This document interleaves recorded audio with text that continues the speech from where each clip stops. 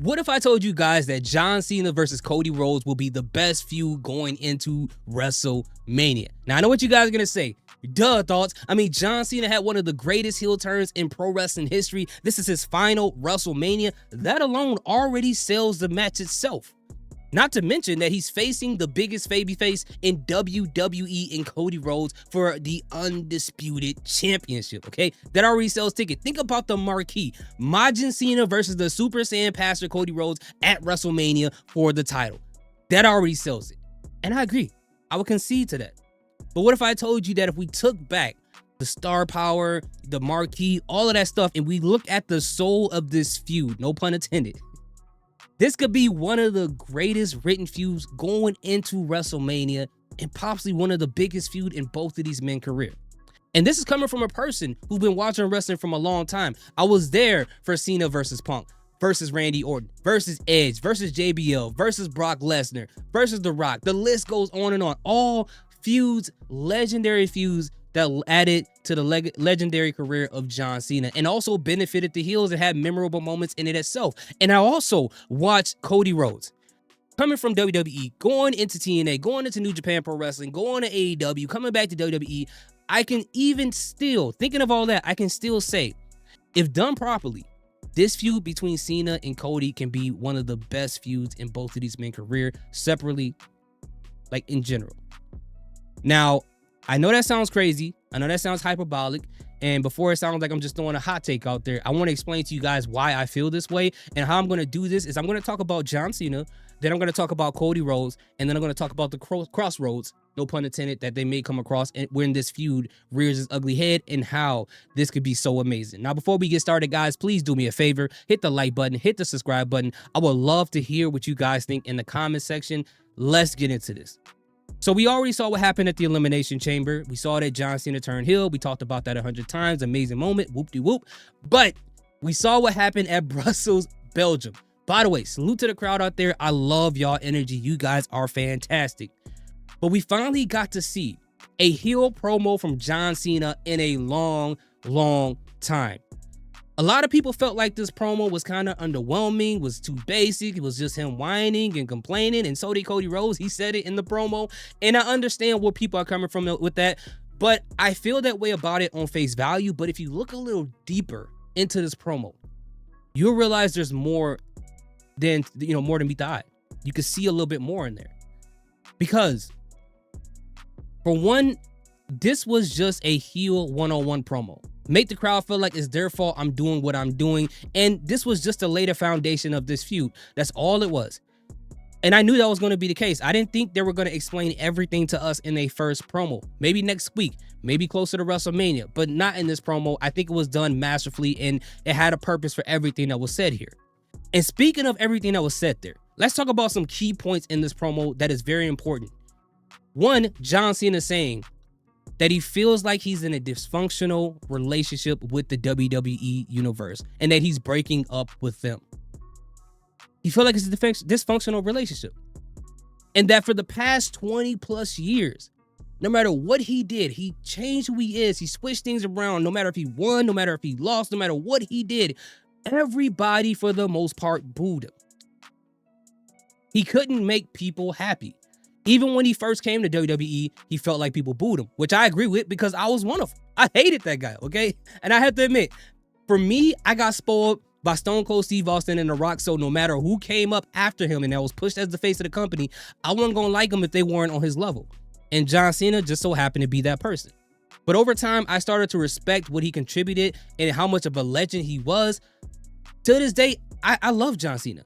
I still hate those spinning titles. Nothing's going to change that. But I love John Cena. Okay? So, the other thing that he said that was very important as well is that he said, I'm not a babyface. I'm not a heel. But I am a human being. Now, most of the time we hear somebody say this in real life or in pro wrestling, we usually think, okay, that's just a BS excuse for him to do something stupid. I'm a human being, so I get to do what I want. I don't need to have any accountability. Leave me alone when I'm doing something wrong. It's easy to believe that, but in this situation, it means more than just that. Because by him saying he's in a dysfunctional relationship that people booed him for 20 plus years, he did all he can to make those people happy and that he is going to be a human being. That means that he's not going to put himself in the box for the wrestling marks. I'm not going to be defined by what you guys want anymore. I'm going to choose me. I've chosen you guys for 25 plus years and you guys booed me. And as soon as Cody Rhodes came in here, you replaced me with somebody different. That's the main reason he came out with his normal gear, with his normal music, because he's like, I know you guys want this, but I'm going to do what I want. I did what y'all want for 20 something years and it didn't work out. And now that I'm getting close to retiring, it's time to start thinking about myself, because I thought you guys cared about me as much as I cared about you. But I'm starting to realize that that's not the case at all. I wasted time. That is not the case for me. So I'm choosing me at this point in time. And I think we all can relate to that. If you've ever been in a relationship with people, whether it be romantic or with your job or with a friend or whatever, you've ever been in this place that no matter what that person needed, you did that because you wanted them to be happy. And seeing them happy or proud of you made you happy and proud and made you feel like you were accomplishing something in life, which is why John Cena, before he started this promo, he said something, and I'm paraphrasing, that you have to make sure that your happiness and who you are isn't dependent on what people think about you, but what you think about yourself. And this makes sense. It all makes sense. It all makes all the sense in the world. And the genius thing about this, before we move on to Cody Rhodes, is by detaching himself away from the WWE universe, he gives room for Cody Rhodes as the champion to kind of get fans to shift over to him. Because what we're seeing in front of us right now is kind of the passing of the baton, so to speak.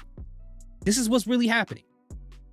So when it comes to Cody Rhodes, the guy that is supposed to be replacing John Cena in John Cena's mind, he's clean cut. He's this baby face. He does everything right. He's saying inspirational stuff. He does everything perfectly. He has a nice family. He sacrifices things for the fan. Even when The Rock said, can I buy your soul off of Etsy or Craigslist? Cody Rhodes said, I know I'm doing this for this ring, for the history of my family, and for the fans out there. Cody Rhodes is perfect, or as far as babyface goes. So why is that important? It's important because what's happening here is because you have two men who are looking at each other and they're seeing something that they despise. John Cena is looking at Cody Rhodes not only as the person that's going to replace him, but reminding him of who he used to be when he was younger, when he used to put everything into this thing of wrestling to make the fans happy. We've seen Cody Rhodes do that. We've seen him wrestle through a torn. We've seen him get the fire slapped out of him by Travis Scott and still come back next week like he can listen out of both ears when we know he can't. Like, he did everything, sacrificing time with his family to be there. And John Cena's looking at him like, I used to be like that. I did that. But at some point, John Cena is going to feel like, I need to save this guy. Because what I'm doing right now, he needs to realize, I see where he's going. I was there at one point in time. I know this from experience. Don't waste your time trying to make these people happy, because it's not worth it. It's not worth it. And he would have a point in saying that to Cody Rhodes. You know why? Because remember, WrestleMania 39, WrestleMania 40, before going in both of them, everybody for the most part wanted Cody to finish the story. But as soon as he finished the story at WrestleMania 40, we gave his title run some time. He's boring. He don't need the title. I wish Roman won. Look what the Cody Crybabies did. And as I always say, everybody wants a wrestler to have a title until they have the title. Like in the illustrious words of Daniel Bryan, fans are fickle. And Cody is seeing that earlier than John Cena. So maybe John Cena is thinking, I'm going to save this person from his soul. Don't dedicate your time to this fans. And Cody Rhodes probably see John Cena as a future he never wants to be. As a person who is upset with the fans because of all the things he did for him. And this is more like an old head, young head type of thing where the old guy is like, you know what? He looks happy. He's happy to be here. You know, when you see somebody who just started work and they're all happy to be there, they're there on time, whatever. And then you're a person who's been there for 6-7 years. Like, bro, don't come in 30 minutes early, bro. Don't do no overtime. It's not worth it. This is that whole situation happening right here. Now, what's going to make this very interesting, guys, and I know I'm getting yappy with this, and I didn't know it was going to be this long. What's going to be very interesting about this is, if you think about Cody Rhodes, you think about the end of most of his feuds, minus his feud with Roman Reigns, his feud with AJ Styles, Brock Lesnar, Kevin Owens, all these different feuds. Look what happens at the end of those feuds. Cody Rhodes starts to crash out and looks like he's going to turn heel to a degree. He tries to kill AJ Styles with a steel step. Was going to turn him from AJ Styles to AJ Ketchup. Was going to be Mortal Kombat all over their ring. Which is the complete opposite of what we see every day in the fancy suits and inspiring the crowds and kissing the babies. When he had the match at Royal Rumble against Kevin Owens is a bloody pope on top of a ladder that got snapped in half. Cody Rhodes takes his title, stands over him, put the title up, and looks at him like Cody Rhodes doesn't care about human life, which is against who he is. But what's important to notice there is the fact that no matter what, when it seems like he was going to turn heel, once he wins that feud, once he wins the overall feud, Cody Rhodes come back like nothing ever happened. He goes back to who he is. And it makes you wonder if him winning the feud is what kept him from completely going crazy.